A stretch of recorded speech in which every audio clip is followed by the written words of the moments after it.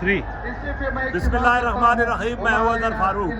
मैं इस वक्त मौजूद हूं सुप्रीम कोर्ट के बिल्कुल पास, और सुप्रीम कोर्ट ये वो जगह है जहां पर इस वक्त शरह दस्तूर पर यहाँ पे पाकिस्तान डेमोक्रेटिक मूवमेंट का एक बहुत बड़ा धरना जो है वो जारी है।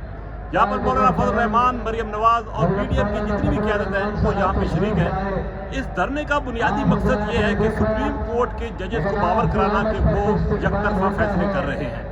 यहाँ पर जितनी भी मुकर्रीन ने तकारीर की हैं उन्होंने तनकीद का निशाना बनाया है चीफ जस्टिस सुप्रीम कोर्ट को, और ये बावर कराया है कि चीफ जस्टिस इंसाफ पर मबनी फैसले करें। इस धरने का बुनियादी मकसद ये है कि इंतखाबात के हवाले से सुप्रीम कोर्ट जो फैसला करने जा रही है वो सुप्रीम कोर्ट ऐसा फैसला ना करे जो कि हुकूमत के खिलाफ हो। और दूसरा मकसद ये है कि पाकिस्तान तहरीक इंसाफ के चेयरमैन के हवाले से पीडीएम की क़यादत का ये खदशा है कि उनको सुप्रीम कोर्ट की तरफ से फ़ायदा पहुँचाया जा रहा है। ये पीडीएम का एक अपना मौक़िफ़ है। माजी में भी मुस्लिम लीग नवाज का एक तारीख उसकी रही है। 1997 में इसी सुप्रीम कोर्ट के सामने इसी तरह का एक धरना दिया गया था, और उस वक्त चीफ जस्टिस सजाद अली शाह के खिलाफ कार्रवाई हुई। सुप्रीम कोर्ट के अंदर दावा बोला गया और उस वक्त के चीफ जस्टिस को कमरा अदालत से भागना पड़ा। यहाँ तक कि ना सिर्फ उनको कमरा अदालत से भागना पड़ा, बल्कि मुस्लिम लीग नवाज ने उस वक्त के चीफ जस्टिस को सुप्रीम कोर्ट से ही भगा दिया। इस वक्त भी कुछ इसी तरह के खदशात थे, और ये कहा जा रहा था कि शायद पीडीएम की क़यादत और उसके कारकुनों का कोई इसी तरह का अज़म है, इरादा है। लेकिन आज इस तरह की नौबत तो नहीं आई।